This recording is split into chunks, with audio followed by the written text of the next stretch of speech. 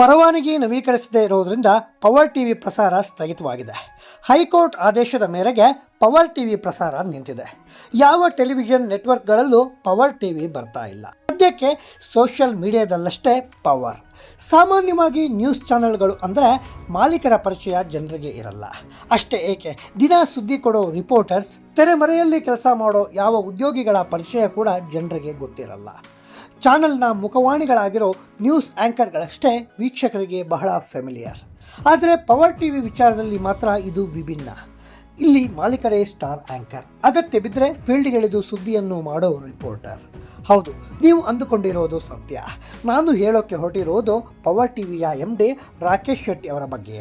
ಮಾಧ್ಯಮಗಳಲ್ಲಿ ಒಂದಿಷ್ಟು ವರ್ಷ ಕೆಲಸ ಮಾಡಿ ಆಳ ಅಗಲ ತಿಳಿದು ಸಂಸ್ಥೆ ಕಟ್ಟಿ ಯಶಸ್ಸು ಪಡೆದವರೂ ಇದ್ದಾರೆ.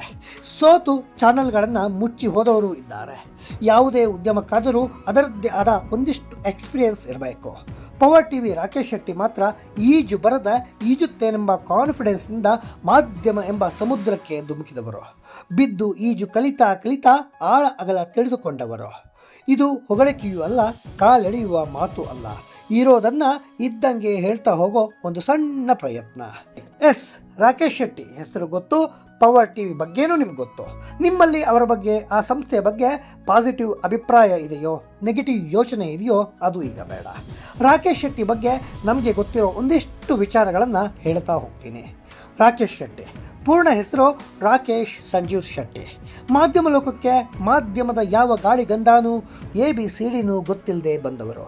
ಬಂಡವಾಳ ಹೂಡಿ ಕಟ್ಟಿದ ತಂಡದ ಅನುಭವಿ ಪತ್ರಕರ್ತರ ಜೊತೆ ಸೇರಿ ಅ ಕಲಿತವರು. ಉಡುಪಿ ಜಿಲ್ಲೆಯ ಕಾರ್ಕಳ ತಾಲೂಕಿನ ಎಣ್ಣೆಹೊಳೆ ಅನ್ನೋ ಪುಟ್ಟ ಗ್ರಾಮ ರಾಕೇಶ್ ಶೆಟ್ಟಿ ಅವರ ಹುಟ್ಟೂರು. ತಂದೆ ಸಂಜೀವ್ ಶೆಟ್ರು, ತಾಯಿ ಮನೋರಮರವರು. ಬಹಳ ಚಿಕ್ಕ ವಯಸ್ಸಲ್ಲೇ ಶೆಟ್ರು ಸಂಬಂಧಿಕರ ಜೊತೆ ಸೇರಿ ಬಾಂಬೆಗೆ ಹೋದರು. ಮಾಯಾನಗರಿ ಮುಂಬೈ ಕರಾವಳಿ ಶೆಟ್ರನ್ನ ಬರಿ ಮಾಡಿಕೊಂಡು ಸಾಕಿತು, ಸಲುಯಿತು. ಪಾನ್ ಬೀಡಾ ಶಾಪ್ನಲ್ಲಿ ಸಹಾಯಕರಾಗಿ, ಆಫೀಸ್ ಬಾಯ್ ಆಗಿ, ಟೀ ತಂದು ಕೊಡೋ ಹುಡುಗನಾಗಿ ರಾಕೇಶ್ ಶೆಟ್ಟಿ ಮುಂಬೈಯಲ್ಲಿ ದುಡಿಮೆಯ ಬದುಕು ಆರಂಭಿಸಿದರು. ಸಂಜೆ ಕಾಲೇಜಿನಲ್ಲಿ ಓದಿಯೇ ಕಾಮರ್ಸ್ನಲ್ಲಿ ಪಂಟರಾದರು. ಅಕೌಂಟೆನ್ಸಿಯಲ್ಲಿ ಸೂಪರ್ ಅನಿಸಿದ್ರು.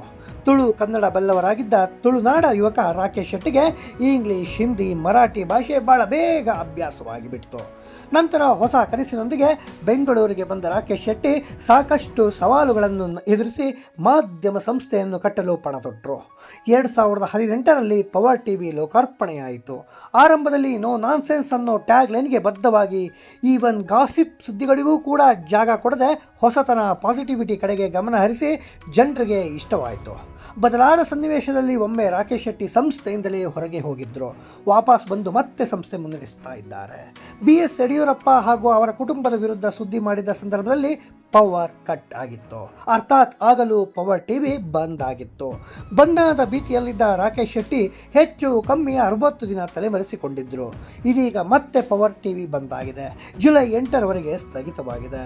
ಮಾಧ್ಯಮ ಲೋಕದ ಗಾಳಿ ಗಂಧಾನೆ ಗೊತ್ತಿಲ್ಲದೆ ಸಂಸ್ಥೆ ಕಟ್ಟಿರುವ ರಾಕೇಶ್ ಶೆಟ್ಟಿ ಸಂಸ್ಥೆ ಉಳಿಸಿಕೊಳ್ಳುವಲ್ಲಿ ಏಕೆ ತಪ್ಪು ಮಾಡ್ತಾ ಇದ್ದಾರೆ ಗೊತ್ತಾಗ್ತಾ ಇಲ್ಲ.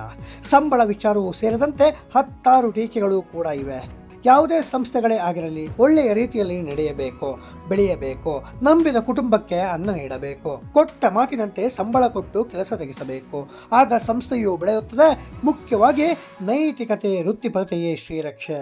ಏನಂತೀರಾ?